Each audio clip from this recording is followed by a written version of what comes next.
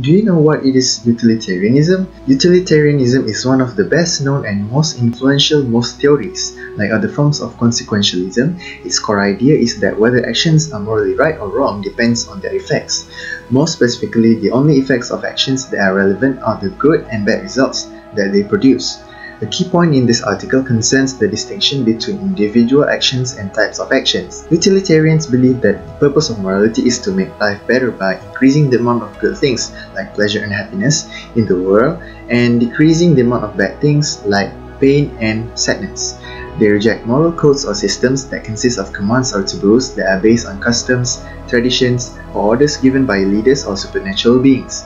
Instead, utilitarians think that what makes morality to be true or justifiable is its positive contribution to human and perhaps non-human beings too. The most important classical utilitarians are Jeremy Bentham and John Stuart Mill. Both of them are important theorists and social reformers. Their theory has had a major impact both on philosophical work in moral theory and on approaches to economic, political, and social policy.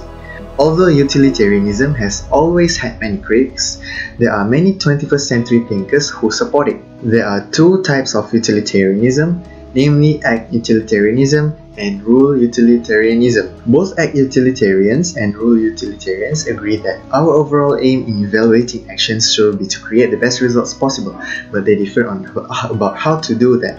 Act utilitarians focus on the effects on individual actions. For example, as John Wilkes Booth's assassination of Abraham Lincoln, while rule utilitarians focus more on the effects of types of actions, for example, killing, stealing, robbing, and so on. However, there are also pros and cons of each type of utilitarianism.